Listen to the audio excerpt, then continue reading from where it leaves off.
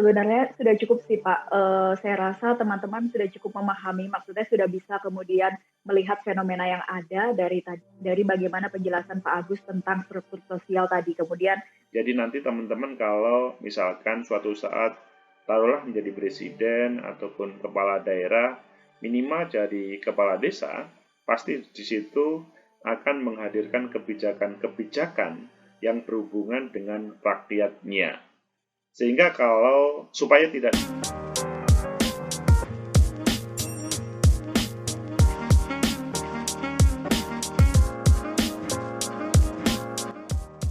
Bismillah, Assalamualaikum warahmatullahi wabarakatuh. Waalaikumsalam warahmatullahi wabarakatuh. Salam warahmatullahi wabarakatuh. Selamat sore, salam sejahtera untuk kita semuanya. Yang terhormat Bu Silka, yang terhormat teman-teman semuanya, mahasiswa kelas A dan BC dari angkatan 2020. Alhamdulillah pada sore hari ini kita bisa bertemu lagi. Pada sore hari ini, mohon maaf tadi ada hal yang selanjutnya kita mundur. Ya mungkin teman-teman tadi kelasnya tidak langsung terjun pada jam 14.00, begitu juga belum sempat melihat tayangan video karena saya sama Bu Silka ini akan mengajak teman-teman diskusi sesudah teman-teman melihat pengantar dari tayangan video itu. Jadi kita tidak mengulang-ulang terkait dengan materi pokok dari pertemuan dari setiap sosiologi politik. Adapun ketika kelas begini kita langsung dialog. Sebelum nanti juga kita akan mereview terkait dengan apa yang pernah kita kerjakan kemarin. Begitu. Pada kesempatan ini kita akan membahas tentang struktur sosial politik. Saya pikir cukup. Bu Silka mau berkomentar terkait dengan yang ditangkap oleh Mas Abdurrahman sama Mbak Novin tadi, Bu Silka? Sebenarnya sudah cukup sih, Pak. Saya rasa teman-teman sudah cukup memahami, maksudnya sudah bisa kemudian melihat fenomena yang ada dari bagaimana penjelasan Pak Agus tentang struktur sosial tadi. Kemudian menyimpulkan dengan apa sih fenomena yang kemudian terjadi di tempat masing-masing. Kemudian di sesi ini kita juga tetap akan lanjut ke pembuatan abstrak dan lain sebagainya, Pak Agus. Betul, Bu Silka. Jadi teman-teman yang saya hormati, yang saya cintai, pada sore hari ini materi struktur sosial itu sangat menjadi perhatian bagi kita, meskipun hal itu mungkin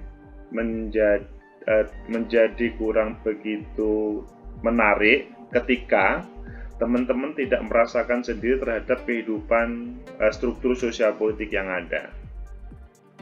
Jadi ketika teman-teman melihat fenomena yang ditampilkan Abdurrahman sama Novi Anggra ini tadi, maka itu kemungkinan juga terjadi di daerah teman-teman.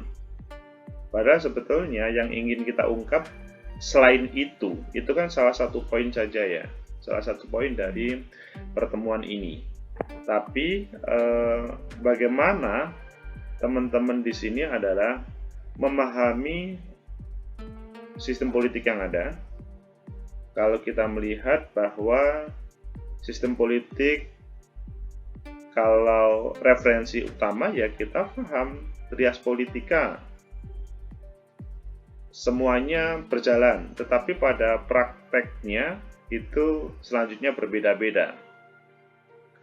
Masyarakat yang menjadi pendukung dari struktur yang ada, terkadang yang disampaikan Abdurrahman sama Novi itu yang paling banyak terjadi. Bahkan kalau kita melihat teman-teman, kita menghadapi misalkan 2024, sepertinya masyarakat yang mempunyai aspirasi terkait dengan menyiapkan di 2024, mungkin sebagian merasa kok kami tidak didengarkan ya. Atau bahkan misalkan kasus-kasus yang terjadi. Misalkan pada yang terakhir itu adalah yang paling viral yang terjadi di Purworejo. Bagaimana posisi masyarakat yang di situ mempunyai sepenuhnya hak terkait dengan yang ada di sana. Namun kalau melihat berbagai pemberitaan ada pro dan kontra, dan selanjutnya sebagian memberitakan bahwa rakyat adalah bla bla bla bla. Intinya mereka tidak mempunyai semacam kewenangan apapun dalam hal terkait dengan yang menjadi kebijakan pemerintah. Perhatian terhadap perbedaan sistem politik tadi mungkin juga terjadi pada teman-teman, dan bahkan antara pelaksanaan dari sistem demokrasi dengan pelaksanaan dengan sistem hukum yang ada, kemungkinan ada perbedaan. Maka dari itu saya sesudah ada review dari dua tadi, Bu Silka sama saya memberikan kesempatan kepada teman-teman untuk memperdalam. Kalau tadi saya bertanya, sekarang ganti teman-teman bertanya kepada saya sama Bu Silka, apa yang perlu diperdalam terkait dengan satu pertemuan struktur sosial politik yang ada. Silakan teman-teman. Pak, izin bertanya, Pak. Silakan Fatimah. Jadi kan tadi yang dimaksud Abdurrahman itu mendekati kepada nepotisme. Jadi kan dia tadi mengatakan bahwa di dalam daerah, desa atau kabupaten itu ada yang nanti keturunan-keturunannya itu masih jadi satu dalam kesatuan politik. Nah, kalau misalkan kasusnya begini, Pak, misal ada seorang pimpinan bupati gitu atau kepala desa, ketika dia sudah berhenti menjabat atau pensiun, digantikan oleh keturunannya lagi, itu apakah juga masuk ranah nepotisme, Pak? Ya, Pak. Jadi itu Fatimah, itu mungkin terjadi di tempat Fatimah atau di tempat teman-teman juga ya, bahwa ya kita tidak bisa memungkiri ya, kadang-kadang harus suaminya harus menggantikan ataupun istrinya menggantikan. Kalau suami istri sudah tidak jadi, kemudian digantikan oleh keponakan dan lain-lainnya. Padahal kalau kita ngomong perpolitikan yang ada di negeri ini, itu bagaimana jauh dari pola-pola kerajaan. Mengapa pada waktu model sebelum Indonesia merdeka, sistem kerajaan itu ditinggalkan? Karena ingin menghasilkan sebuah tatanan pemerintah bagaimana rakyat berdaulat. Apa yang disampaikan oleh raja, kalau dahulu itu kebenaran itu adalah di perkataan sang raja ketika menampilkan demokrasi ini, maka strukturnya berbeda. Struktur sosial politik pada waktu zaman kerajaan dengan sekarang sudah dirubah. Sekarang adalah ya yang sebenarnya semuanya adalah milik rakyat, dan sudah tidak di zaman zaman bahula atau istilahnya zaman dahulu. Ini sudah di zaman modern bahkan kontemporer terkait dengan hal itu. Maka Fatimah dan teman-teman pasti merasakan menjelang pemilu, taruhlah pilkada ataupun lebih khusus pilkada deh.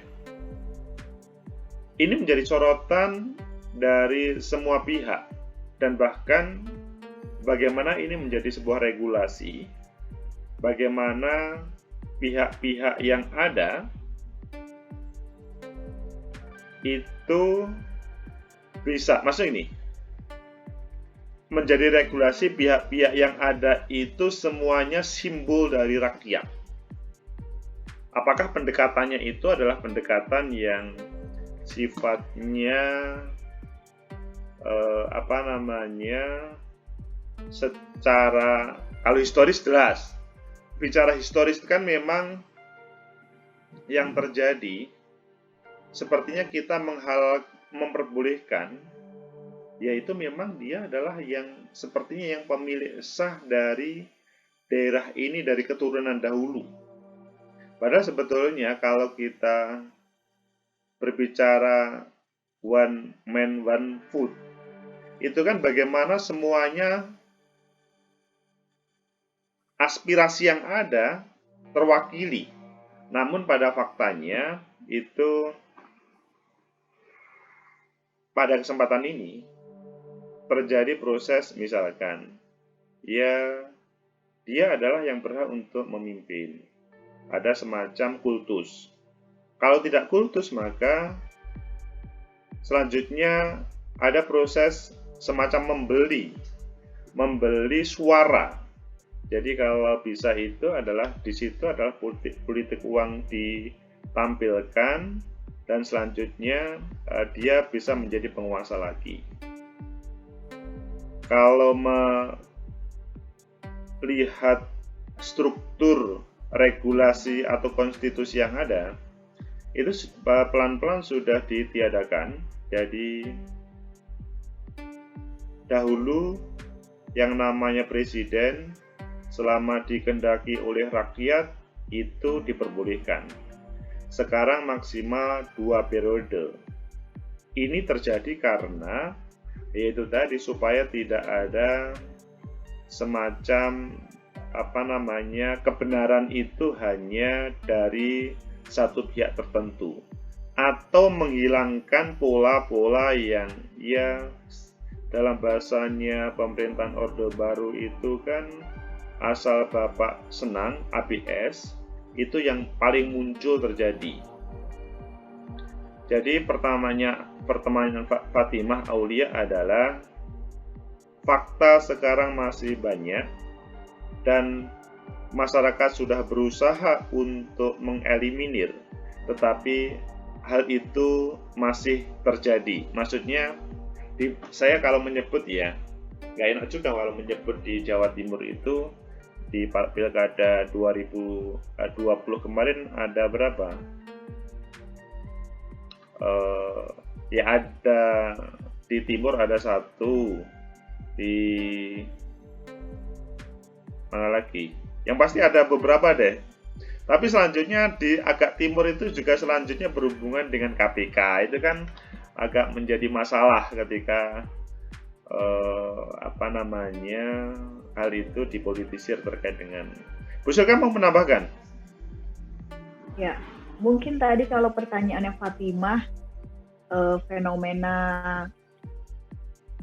ini pejabat publik yang kemudian digantikan oleh kerabatnya saat sudah tidak menjabat, itu termasuk nepotisme atau tidak gitu ya tadi pertanyaannya.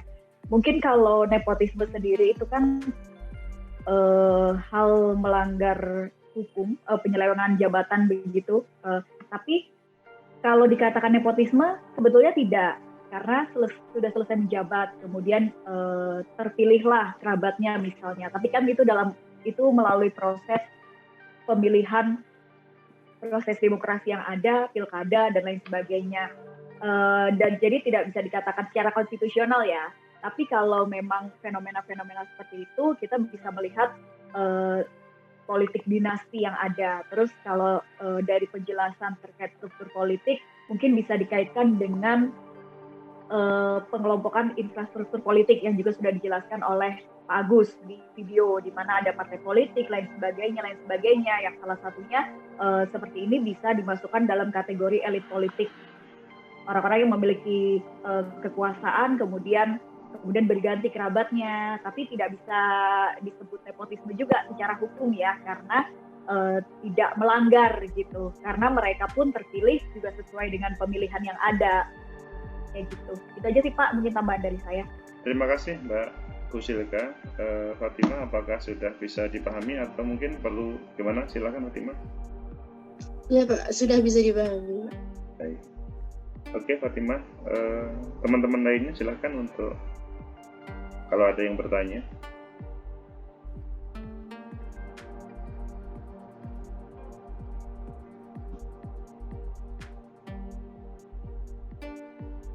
Firlia Febriani, Arhilda, silakan.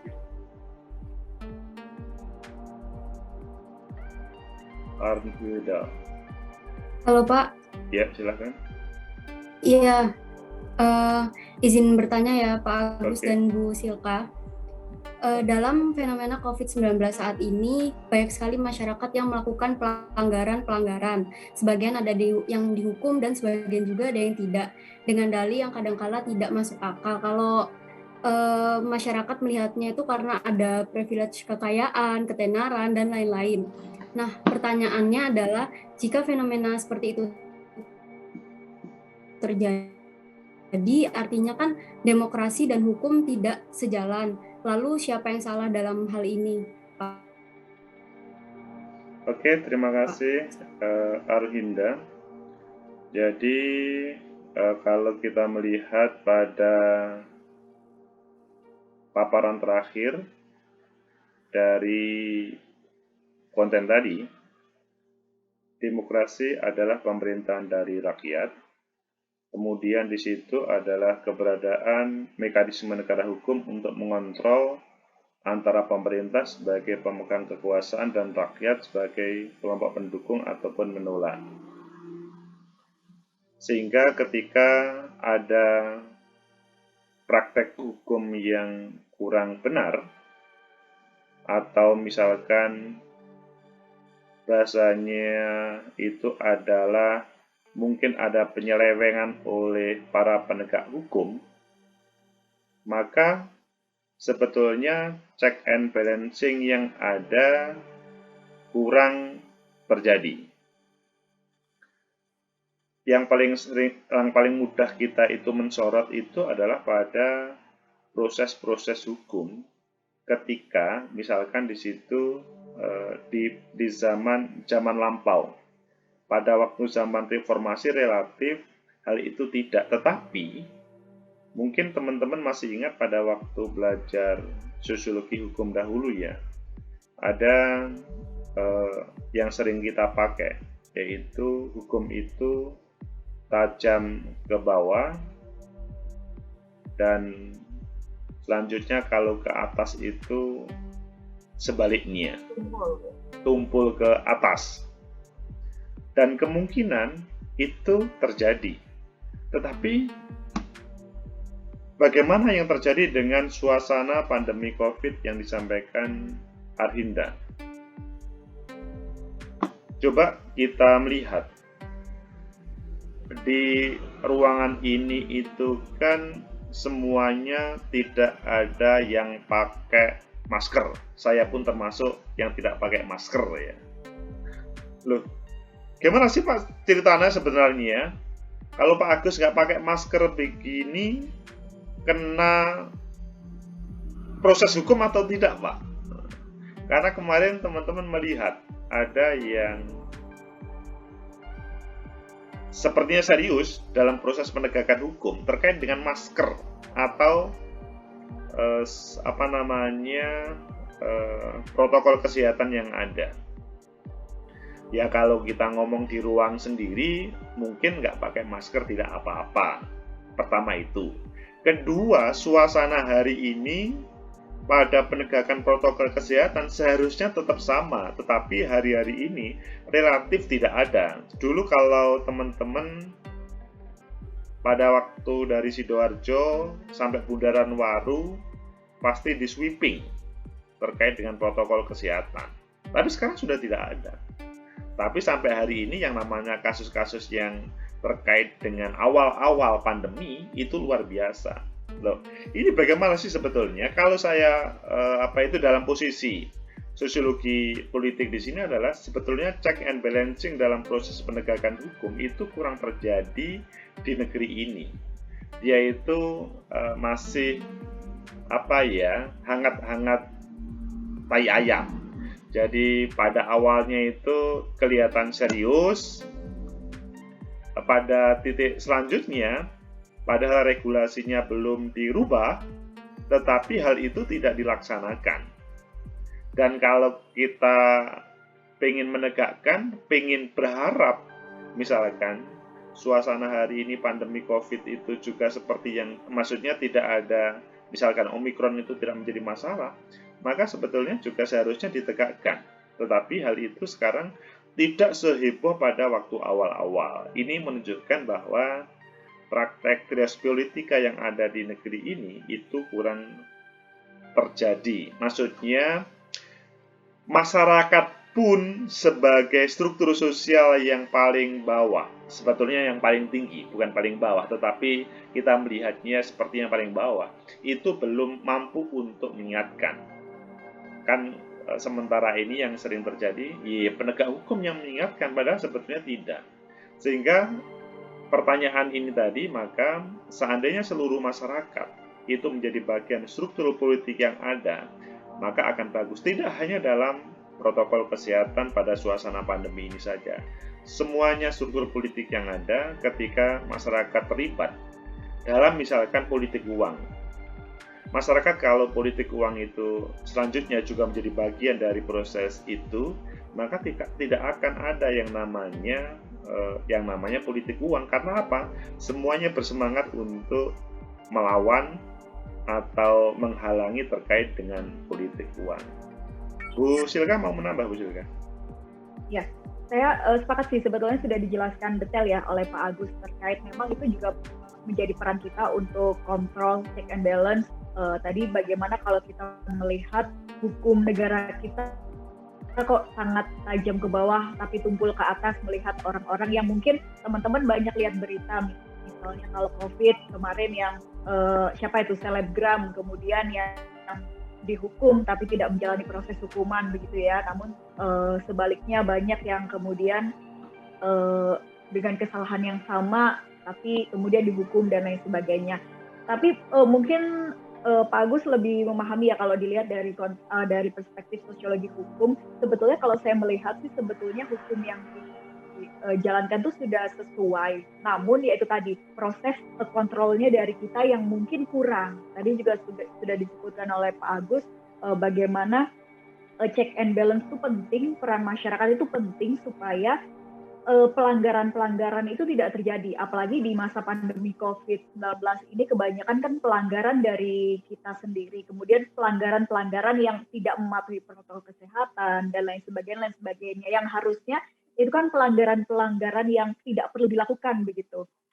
Jadi perlu kalau dari sosiologi politik perlu sekali peran negara hukum ini untuk mengontrol, tapi sebaliknya juga masyarakat juga perlu pemerintah ini sebagai pemegang kekuasaannya dan rakyat ini sebagai kelompok yang mendukung dan juga bisa menolak dengan melihatkan peran yang lebih masif gitu. Baik, terima kasih Bu Silka. Arinda, apakah sudah bisa dipahami? Arinda? Iya Pak, sudah bisa dipahami. Terima kasih. Iya Pak. Baik, terima kasih. Apakah teman-teman masih ada yang mau ditanyakan? Pak, izin bertanya Pak. Silakan, ini mengenai pidato Presiden Jokowi beberapa waktu lalu itu mengatakan ini kaitannya dengan COVID-19 bahwa Pak Presiden itu dengan tegas mengatakan bahwa segala bentuk kebijakan selama pandemi COVID itu terlepas dari lembaga-lembaga konstitusional. Berarti kan selama ini kan masyarakat itu menganggap bahwa kebijakan pandemi COVID itu mengarah kepada kepada lembaga tersebut. Itu maksudnya gimana ya Pak ya? Kemana? Diulangi lagi Fatimah? Pandemi COVID, inkonstitusional. Lihat videonya Jokowi dulu Pak. Mungkin saya mau menanggapi Pak Gus ya. Silakan Bu, silakan. Ya, Pak Jokowi beberapa waktu lalu sempat membuat statement bahwa semua kebijakan di dalam pandemi ini sudah sesuai dengan konstitusi. Jadi semua kebijakan yang dilakukan karena memang masyarakat menganggap tidak inkonstitusional itu maksudnya kok berubah-ubah. Mungkin itu menjadi kebingungan masyarakat yang dari awal PSBB, kemudian PPKM dan lain sebagainya, namun tetap kasus melonjak, ada gelombang 2, sekarang gelombang 3, yang mungkin itu menjadi kebingungan masyarakat yang gimana sih pemerintah ini kok kebijakannya berubah-berubah, dianggapnya menjadi tidak konstitusional begitu. Padahal sebetulnya kebijakan semua yang dikeluarkan pemerintah itu konstitusional. Karena itu Pak Jokowi mengeluarkan statement tersebut karena sudah sesuai dengan kajian-kajian yang dilakukan oleh para ahli, epidemiolog dan lain sebagainya. Seperti itu. Apa tadi yang bertanya? Fatima. Nah, mungkin bisa diperjelas atau lebih detail Pak Agus. Baik, Bu Silka. Jadi Fatima dan teman-teman semuanya, berbicara konstitusional inkonstitusional dalam ngomong regulasi, maka dalam struktur sosial politik di sini, kalau di penjelasan konten yang kedua ini, teman-teman bisa dilihat subchapternya, yaitu pengelompaan infrastruktur politik. Di sana ada partai politik, ada elite group, ada ormas, kemudian ada interest group yang menurut bahasa Almond itu mempunyai pendapat itu. Infrastruktur politik 4 hal. Tapi selanjutnya ada tambahan lagi, yaitu pressure group, opinion leader, birokrasi group, kemudian media massa, dan massa itu sendiri. Maksudnya, pengelompokan infrastruktur ini ketika Pak Jokowi menyampaikan bahwa itu konstitusional, maka kita mendasarkan pada apa yang ada dalam sosiologi politik ini. Jadi nanti teman-teman kalau misalkan suatu saat taruhlah menjadi presiden ataupun kepala daerah, minimal jadi kepala desa, pasti di situ akan menghadirkan kebijakan-kebijakan yang berhubungan dengan rakyatnya. Sehingga kalau supaya tidak disalahkan, maka perlu memperhatikan infrastruktur politik yang ada. Fatimah sebagai taruhlah wali kota Surabaya, ketika tidak memperhatikan keberadaan partai politik yang ada, maka partai politik akan selalu mengganggu Fatimah. Begitu juga ketika Fatimah sebagai wali kota tidak berkomunikasi dengan elit grup yang ada di Surabaya, mereka juga tidak akan membantu terkait bagaimana pembangunan di kota Surabaya yang berhubungan dengan misalkan terkait dengan penegakan hukum, protokol kesehatan, organisasi kemasyarakatan. Bagaimanapun NU, Muhammadiyah, dan berbagai ormas keagamaan sampai kepemudaan itu perlu dilibatkan dalam infrastruktur. Loh, apakah misalkan Fatimah sebagai wali kota atau bahkan misalkan Winona sebagai presiden tidak melibatkan seperti itu, apakah boleh, Pak? Ya, sepintas boleh. Tetapi selanjutnya ini mengurangi terkait dengan legitimasi dari Winona sebagai presiden ataupun Fatimah sebagai wali kota. Karena infrastruktur politik yang ada, meskipun mungkin di dalam regulasi itu relatif tidak tidak tertulis secara definitif, tetapi mereka itu hadir, ada. Begitu juga sampai media massa kalau itu dimusuhi oleh penguasa, menjadi hancurlah. Banyak yang namanya pemimpin itu hancur karena ditampilkan berita yang benar sebetulnya, tetapi tidak benar. Jadi media massa, Bu Silka pasti memahami bagaimana bisa menjadikan sesuatu hitam menjadi putih, putih menjadi hitam, tetapi tidak bersalah. Jadi itu kan yang namanya infrastruktur politik. Fatimah sebagai wali kota pasti, kami tidak ada anggaran, Pak, untuk bagaimana memfasilitasi media massa karena kami dibatasi oleh regulasi bla bla bla bla.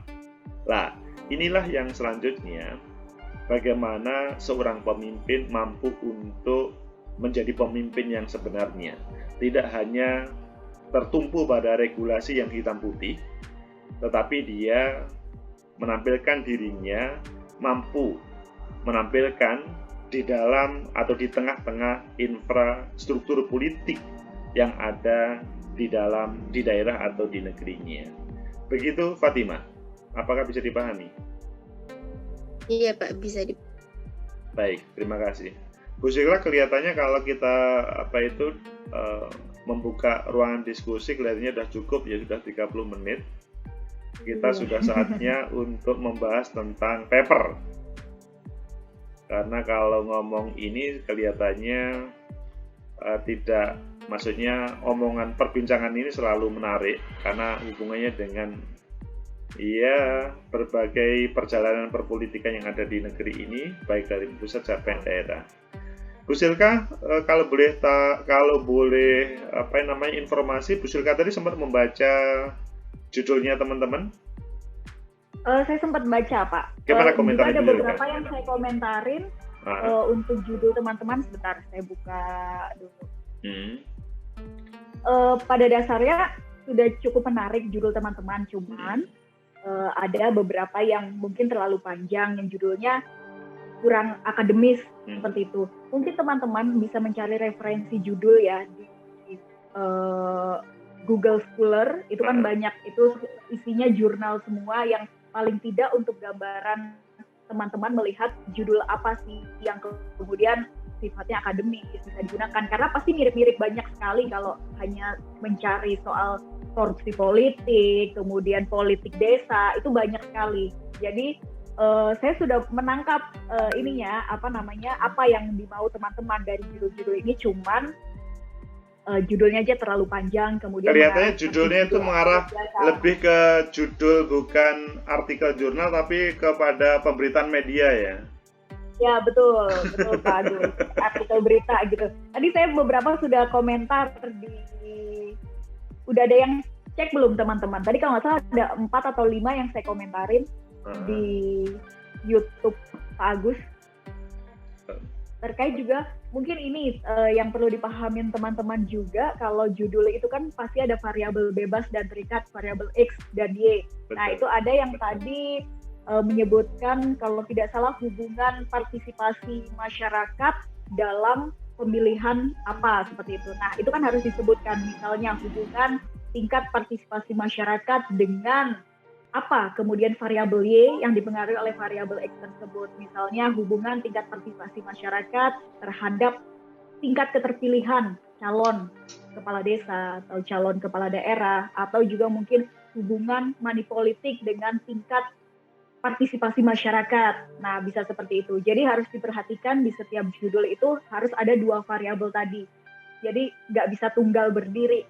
Itu sih teman-teman harus diperhatikan ya untuk judul-judulnya. Terima kasih Bu Silka atas komentarnya terkait dengan judul teman-teman. Jadi memang batasan judul itu maksimal 12 kata, dan di situ sebetulnya menjauhkan dari teman-teman mungkin referensi awal itu sepertinya pemberitaan-pemberitaan di media, padahal kita menjauhkan diri dengan model judul yang ada di berita. Maksudnya berita itu koran ataupun media online, karena tema kita adalah tema keilmuan yang di situ menampilkan sesuatu yang berbeda dengan pemberitaan media. Media itu menarik ketika seseorang atau pembaca itu seperti bertanya-tanya yang sifatnya itu bagaimana dibuat, ya bertanya-tanya lah intinya. Pertanyaan-pertanyaannya pun kadang-kadang ya tidak menggunakan subjek, predikat, dan selanjutnya. Tapi kalau bagaimana sebuah calon artikel atau sekarang disebut calon paper dari sebuah jurnal itu sebisa mungkin menampilkan di situ ada subjek, ada predikat yang ketika dibaca maksimal 12 kata itu enak. Baik, kalau begitu apakah teman-teman tentang judul kemarin masih ada yang dipertanyakan? Karena hari ini kita mau memasuki yang namanya abstrak.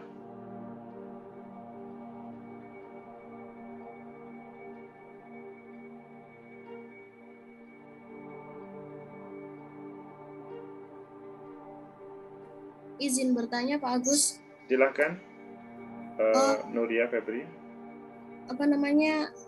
Ini kemarin itu kan kita kan sudah membuat judul ya Pak.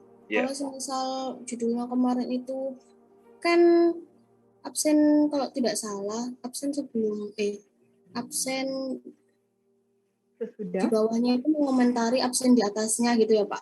Iya. Yeah. Itu kalau semisal kita belum ada respon, itu apa bisa langsung kita lanjut atau bagaimana Pak? Jadi Nuria Febri dan semuanya, kita memberikan kesempatan teman-teman belajar bersama, maksudnya dengan pola komentar itu supaya lebih bisa memahami terkait dengan bagaimana membuat judul. Jadi harapan kita tidak ada satupun yang tidak berkomentar. Kalau misalkan Nuria Febri sudah mengomentari miliknya, misalkan Fatimah Aulia, maka Nuria Febri dipastikan bisa membuat yang lebih baik. Karena apa? Orang tidak mungkin bisa berkomentar kecuali dia sudah paham. Jadi kalau dia sudah bisa berkomentar, kami menganggap teman-teman sudah bisa untuk membuat judul yang benar. Kemungkinan yang belum berkomentar itu adalah dia yang belum bisa untuk membuat judul sehingga tidak bisa. Saya harus berkomentar apa begitu loh. Tetapi karena ini adalah kereta api ini sudah berjalan, pada minggu kemarin itu sudah mulai dari stasiun Gupeng menuju ke Jakarta. Hari ini sudah sampai stasiun Sidoarjo, maksudnya Krian, ya Krian. Maka atau sepanjang lah. Maka kita tetap berjalan, meskipun mungkin pada waktu di stasiun Gupeng bekal makanan perjalanan ke Jakarta ada yang tertinggal, atau dompetnya ada yang tertinggal, nggak apa-apa. Nanti di tengah jalan sampai stasiun misalkan Solo Balapan, kemungkinan ada yang membantu memberi makanan, ada yang membantu, oh ya nanti pakai ATM saya pinjami ya gitu. Intinya nanti sampai Jakarta sudah submit ke sebuah jurnal. Begitu Nuria Febri.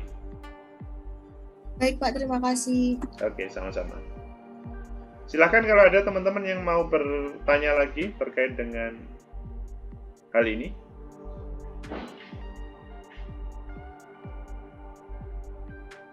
Oke, kalau sudah tidak ada yang bertanya, maka saya, iya? Tanya. Siapa ini? Silakan. Saya Pak Yulia. Tadi kan komenan YouTube saya kan ini dapat balasan dari Bu Silka. Berarti buat judul baru lagi terus diedit lagi di komen YouTube-nya apa langsung di abstraknya nanti? Yulia yang mana ya judulnya tadi? Kayaknya yang kepanjangan coba disebutkan judulnya tadi, Yulia.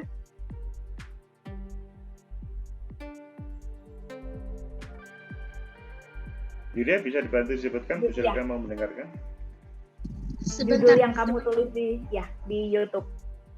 Jadi sambil Yulia menunggu, intinya komentar-komentar antar teman atau dengan Bu Silka itu adalah bagaimana membantu teman-teman menyempurnakan judul-judul yang ada.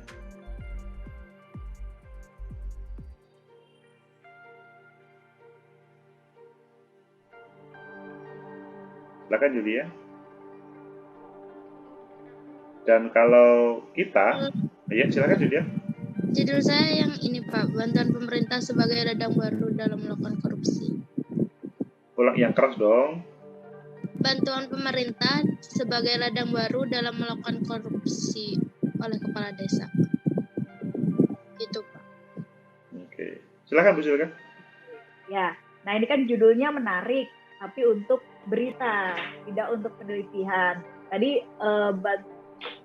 bantuan sosial ya, sebagai ladang baru untuk korupsi politik para kepala desa. Tidak perlu ganti tema karena memang tema kita kan itu, hanya saja mungkin dibuat kalimatnya dari judul-judul yang teman-teman berikan. Ini kan juga Alia bisa melihat tuh mana yang kira-kira tepat, kemudian mana yang kira-kira menggunakan bahasa akademis gitu. Kalau yang Alia bikin kan kayak judul berita. Nah, nggak perlu diganti yang ganti judul kemudian ganti fenomena, tidak perlu. Hanya saja redaksional atau kalimat dari judul itu aja yang diganti. Contoh misalkan kalau pengen menyempurnakan Julia, jadi apa? Diulangi tadi Julia? Diulangi lagi. Saya akan sempurnakan contoh, ya. Bantuan pemerintah sebagai ladang baru korupsi oleh kepala desa. Oke. Jadi di sini apa sih sebetulnya yang menjadi subjek dari yang ditampilkan oleh Julia? Maka adalah ini ada koruptor-koruptor deh. Di situ belum ditampilkan siapa, tetapi yang malah ditampilkan itu ladangnya atau bantuannya yang menjadi ladang. Sepertinya tidak ada yang menjadi koruptor, tetapi menjadi ini kan kemungkinan ini menjadi ladang baru koruptor. Apakah ada tuh? Tidak, itu masalahnya. Jadi misalkan kalau menulis menteri, dirimu harus ke Jakarta wawancara dengan menteri nanti, kecuali apa namanya yang lebih. Julia di mana rumahnya? Bangkalan, Pak. Di Bangkalan. Di Bangkalan, Julia menemukan nggak bantuan sosial itu kemudian dikorupsi? Adanya di Timbun. Kalau begitu, dirimu kesulitan untuk meneliti. Ya kan? Itu judul yang sifatnya masih kemungkinan, tetapi kalau berbicara penelitian itu adalah ada sebuah fenomena atau peneliti mempunyai asumsi awal dari penelitian. Kemudian dari proses ini adalah mau dibuktikan apakah ada korupsi atau ada ladang korupsi atau tidak. Nanti Julia bisa-bisa nanti kalau yang terjadi seperti itu ingin membuktikan apakah sebagai ladang korupsi atau tidak, nggak taunya nggak ada.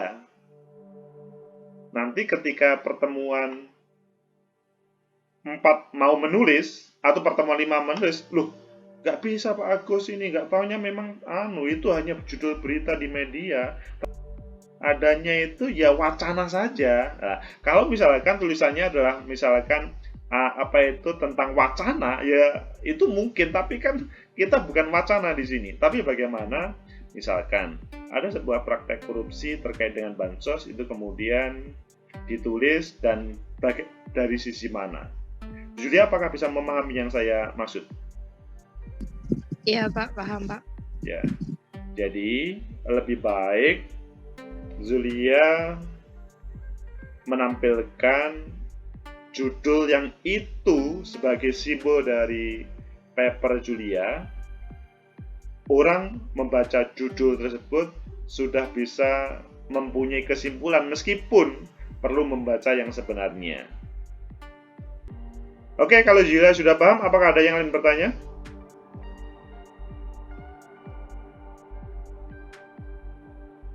Baik, kalau sudah tidak ada, saya mau menyampaikan terkait dengan hari ini yang harus dikerjakan. Pertama, teman-teman membuat abstrak yang terdiri adalah 200 kata. 200 kata itu pertama tentang fenomena. Apa sih fenomenanya? Jadi, apa yang disampaikan Julia, fenomenanya adalah terjadi penyelewengan bantuan sosial yang ada di Bangkalan misalkan. Ini mohon maaf ini kalau yang di tempat lain tidak terjadi atau di Bangkalan tidak terjadi. Kalau ini terjadi loh ya. Kalau tidak terjadi jangan. Di satu daerah lah misalkan ada fenomena penyelewengan bantuan sosial. Jadi bantuan sosial itu bisa dari pemerintah provinsi, bisa dari pemerintah pusat misalkan. Ada bantuan sosial. Tidak menyebut daerah aja dah, tapi nanti teman-teman disesuaikan dengan daerah masing-masing. Fenomenanya ada penyelewengan.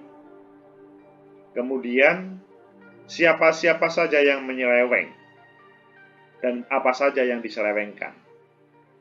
Kemudian yang kedua, dalam abstrak itu adalah apa rumusan masalahnya? Atau tidak unsur masalah, tujuan penelitian tujuan penelitian. Apa tujuan penelitian?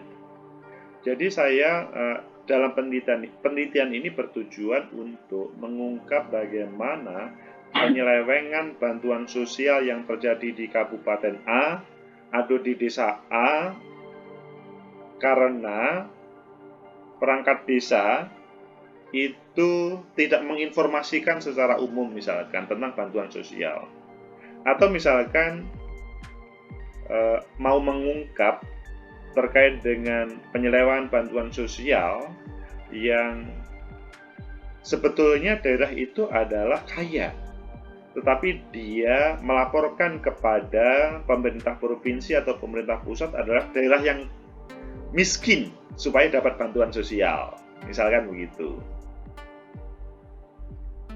Kemudian yang ketiga adalah metode yang digunakan. Menggunakan metode apa? Penelitian ini menggunakan metode yang paling banyak teman-teman mesti kualitatif atau kuantitatif. Kualitatif lah deh. Tetapi akan lebih menarik ketika teman-teman itu akan lebih detail terkait dengan metode yang digunakan. Misalkan menggunakan salah satu dari lanjutan dari kualitatif. Jadi teman-teman, sayangnya waktunya memang nggak lama ya. Jadi waktunya itu kan hanya 8 pertemuan itu 8 minggu. Maka kalau menggunakan yang pola-pola panjang, lebih mudah itu teman-teman menggunakan kuantitatif dengan metode misalkan survei. Itu akan lebih mudah mendapatkan data meskipun tenaganya lebih.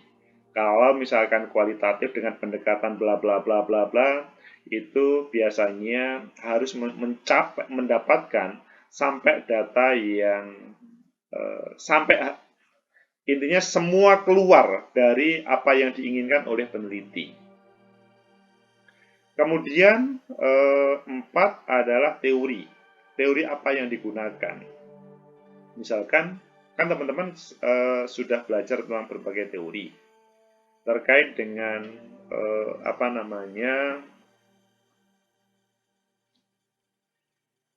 penyelewengan ini, yaitu menggunakan teori misalkan rasionalitas si A, Weber, atau rasionalitas siapa begitu. Tentunya tidak cukup ngomong begitu, harus ada penjelasannya mengapa menggunakan metode teori rasional. Dan di situ pasti ada penjelasan yang sifatnya itu membedakan meskipun ketika menggunakan rasionalitas A, B, C, D, menggunakan misalkan teori konflik.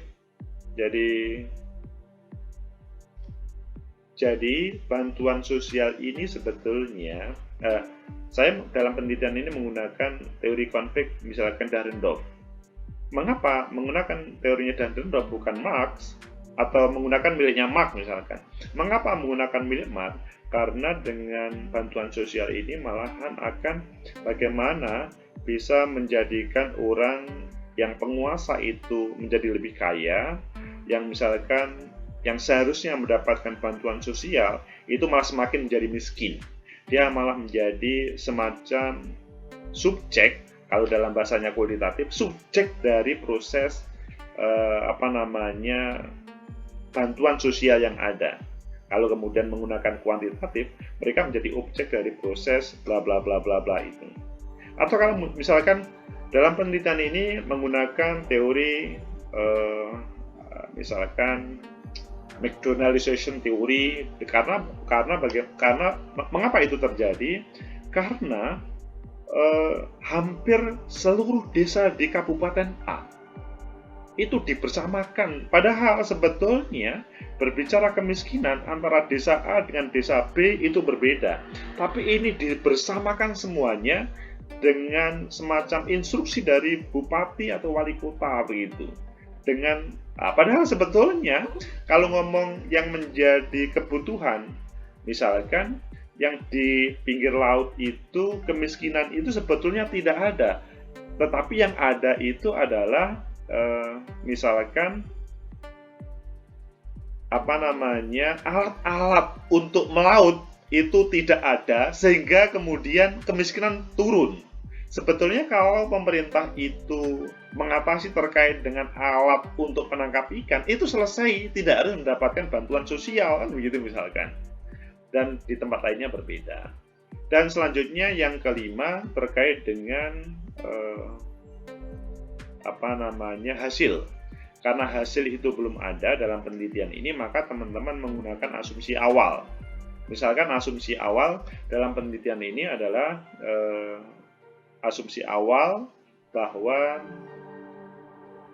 misalkan kepala desa atau misalkan camat atau misalkan perangkat kabupaten bahkan bupati itu dia menyalahgunakan kewenangan untuk bantuan sosial ini, sehingga merembet kepada bupati menyalahgunakan, akhirnya camat menirukan, kepala desa menirukan, yang akhirnya terjadi desa atau satu kabupaten semakin miskin. Nah, karena sifatnya belum hasil penelitian, itu kan asumsi awal. Dan teman-teman ingin membuktikan apakah hal itu terjadi atau tidak. Begitu teman-teman terkait dengan 5 hal yang maksimal 200 kata yang akan menjadi abstrak dari penelitian teman-teman. Dan teman-teman saya pikir sudah paham pada waktu sosiologi hukum pada waktu semester sebelumnya ini. Bu Silka mau menambahkan sebelum saya lempar kepada teman-teman? Ya, mungkin kalau teman-teman masih bingung dengan nanti judulnya bagaimana. Nah, judul itu bisa nanti sambil jalan nggak masalah, bisa berubah di tengah jalan, namun tetap substansinya sama, hanya mungkin nanti perubahan resepsional ketika teman-teman sudah bisa menemukan teorinya, kemudian fenomenanya yang konkret apa, itu nanti juga bisa dimasukkan di dalam judul. Misal tadi teori konfliknya Derendorf misalnya, itu juga bisa nanti dimasukkan ke dalam judul. Jadi tidak perlu khawatir tentang judulnya gimana ya, nanti masih salah nggak ya, lain sebagainya. Jadi tetap dilanjut ke abstrak, kerjakan sesuai dengan tadi 5 hal yang disebutkan oleh Pak Agus. Tapi yang paling penting bagaimana teman-teman betul-betul memahami fenomena apa yang teman-teman mau teliti. Dan sudah ada bayangan atau tadi yang dikatakan asumsi, kalau di kuantitatif kan hipotesis ya, sudah ada hipotesis awal bahwa apa hasil dari penelitian ini. Misalnya memang ada penyelewengan yang dilakukan di desa ini dan lain sebagainya. Kalaupun nanti tidak terbukti, misalnya ternyata hasilnya berbeda, tidak masalah. Yang penting ada asumsi yang ditawarkan pada penelitian ini, dan kalau bisa teman-teman betul-betul memahami fenomena yang diteliti, rumusan masalah di awal, itu yang paling penting sih. Jadi sambil membuat abstrak 200 kata itu juga pastikan teman-teman latar belakang masalah atau rumusan masalahnya itu teman-teman sudah paham betul apa yang mau diteliti, jadi nggak ngambang nanti untuk pertanyaan penelitian yang diajukan. Baik. Itu aja Pak Agus tambahan dari saya. Baik, terima kasih Bu Silka. Silakan teman-teman kalau mau ada yang ditanyakan tentang abstrak ini.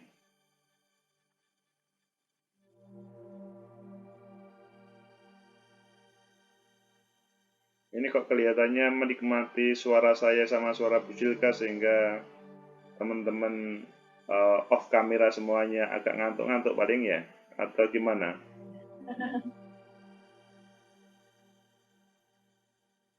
Halo? Iya Pak. Sinyalnya Pak jelek. Sinyal saya yang jelek? Sinyal saya Pak. Oh. Sinyal saya Pak, ini hujan. Oke. Winona kok senyum-senyum terus mulai tadi. Mau berkomentar apa kamu Winona? Semenjak jadi sekretaris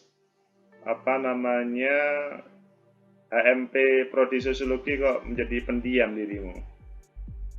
Wakil ketua Pak Winona. Oh, wakil ketua ya, wakil ketua ya. Siap Kakom.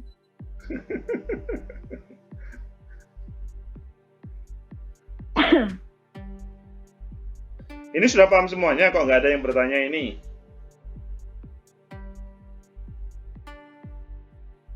Jadi abstrak itu teman-teman ya, abstrak itu hal yang paling menggoda dalam penelitian. Maksudnya dalam sebuah artikel. Pertama, seseorang itu pasti membaca judul, kemudian abstrak. Ketika membaca abstrak, secara tidak langsung semua artikel 15 halaman atau 10 halaman itu sudah selesai di abstrak itu. Jadi yang 200 kata itu bisa menyelesaikan dari semuanya. Nah, berdasar dari pengalaman sosiologi hukum kemarin, ada sebagian teman-teman yang sudah terpublis tetapi memang masih minim. Dan sebagian kemarin juga tidak berani betul untuk international conference, takut-takut bagaimana. Gak apa-apa, itu pembelajaran. Ini semuanya nanti semua relatif dipublis juga dan menjadi bagian dari proses PKM yang ada di kita. Jadi lebih serius bagi teman-teman untuk mengerjakannya. Jessica, bagaimana dirimu? Sudah Pak, aman. Aman. Aman. Lucky, halo Lucky, gimana Lucky? Halo Pak. Pak, pokoknya keren Pak, insya Allah paham. Saya senang teman-teman percaya diri untuk itu. Kalau percaya diri pertanda bahwa menjadi modal untuk bisa menyelesaikan paper itu. Ini, waduh, kok banyak yang tenggelam ini teman-teman ini. Khairul Anam, bagaimana posisimu Khairul Anam?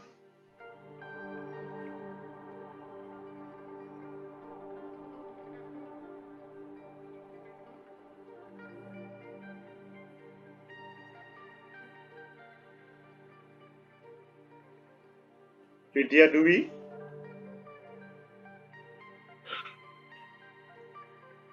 Teman-teman tidak berkomentar itu karena sudah capek mulai pagi kuliah atau bagaimana?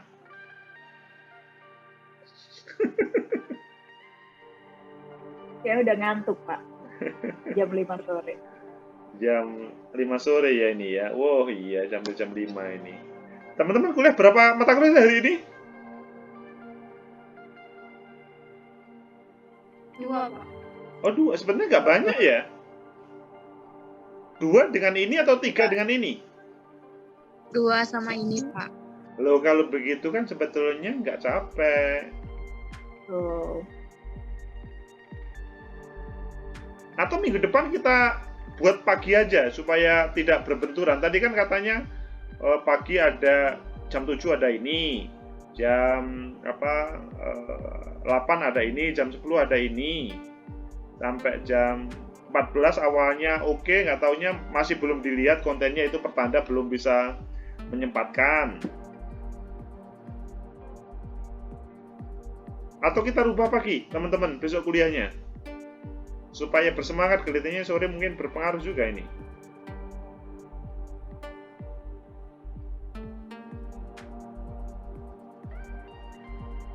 Halo. Siang mungkin, Pak. Siang? Boleh sih. Siang jam berapa, Fatima? Habis itu, Pak, duhur gitu, Pak. Jam 1 atau jam 2. Katanya masih ada kelas yang ada mata kuliah.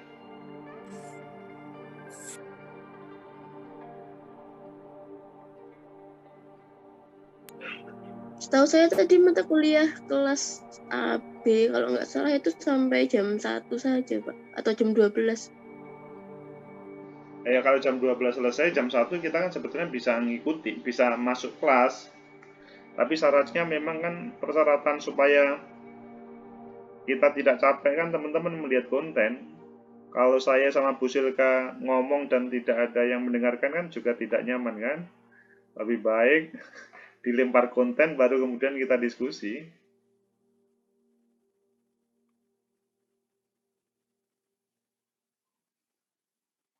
Kita tolong PJ kelas untuk berkomunikasi lagi ya. Kalau sore memang sudah terlalu capek, agak kurang bersemangat, diganti siang atau pagi.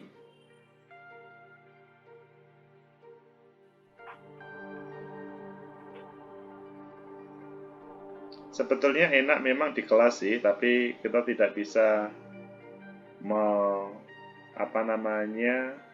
ya karena memang suasana begini sih. Kalau di kelas kan memang kita langsung bisa melihat teman-teman pada waktu dulu kuliah itu kan semua bawa laptop, kita satu persatu langsung cek, enak itu lebih mudah. Jadi apalagi di sini ada Bu Silka, kita langsung cek semuanya kan lebih mudah. Tapi memang pada saat ini seperti ini kan iramanya berbeda. Tapi kita nikmati saja. Kapan lagi kita kuliah online? Mungkin tahun depan sudah nggak bisa online lagi. Harus ke kampus, harus hidup di kos-kosan. Wah, kayak ya ada plus minusnya juga. Gimana teman-teman? Paham semua ya? Kayaknya udah paham semua nih Pak Agus. Semoga Bu Silka.